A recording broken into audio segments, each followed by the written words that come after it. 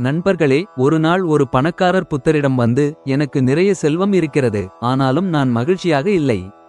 உண்மையான மகிழ்ச்சியை எப்படி கண்டுபிடிப்பது என்று கேட்டார். புத்தர் புன்னகைத்து, ஒன்று செய்யுங்கள், கிராமத்திற்குச் சென்று மிகவும் மகிழ்ச்சியான நபர். அந்த நபரைக் கண்டுபிடித்து அவரை மீண்டும் அழைத்து வாருங்கள். அந்த மனிதன் கிராமத்தைச் சுற்றித் திரிந்தான். ஆனால் அவன் யாரைச் சந்தித்தாலும் ஏதோ ஒன்றைப் பற்றி கவலைப்பட்டான். யாரோ ஒருவர் பணப்பற்றாக்குறையால் சோகமாக இருந்தார். யாரோ ஒருவர் தனது உறவினர்களால் தொந்தரவு செய்யப்பட்டார்.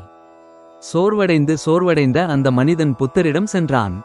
அவர் திரும்பி வந்து, எல்லோரும் ஏதோ ஒரு வகையான துக்கத்தால் சூழப்பட்டிருப்பதைக் கண்டேன். யாரும் முழுமையாக மகிழ்ச்சியாக இல்லை. உண்மையான மகிழ்ச்சி வெளியே இல்லை, அது உள்ளே இருக்கிறது. நாம் குறைவாக இருப்பதில் திருப்தி அடைந்து, மற்றவர்களுக்கு உதவி செய்து, அன்பு மற்றும் இரக்கத்துடன் வாழ்க்கையை வாழும்போதுதான் உண்மையான மகிழ்ச்சியை காண முடியும் என்று புத்தர் கூறினார். வாழ்க்கையின் உண்மையான அர்த்தத்தை அந்த பணக்காரர் புரிந்து கொண்டார்.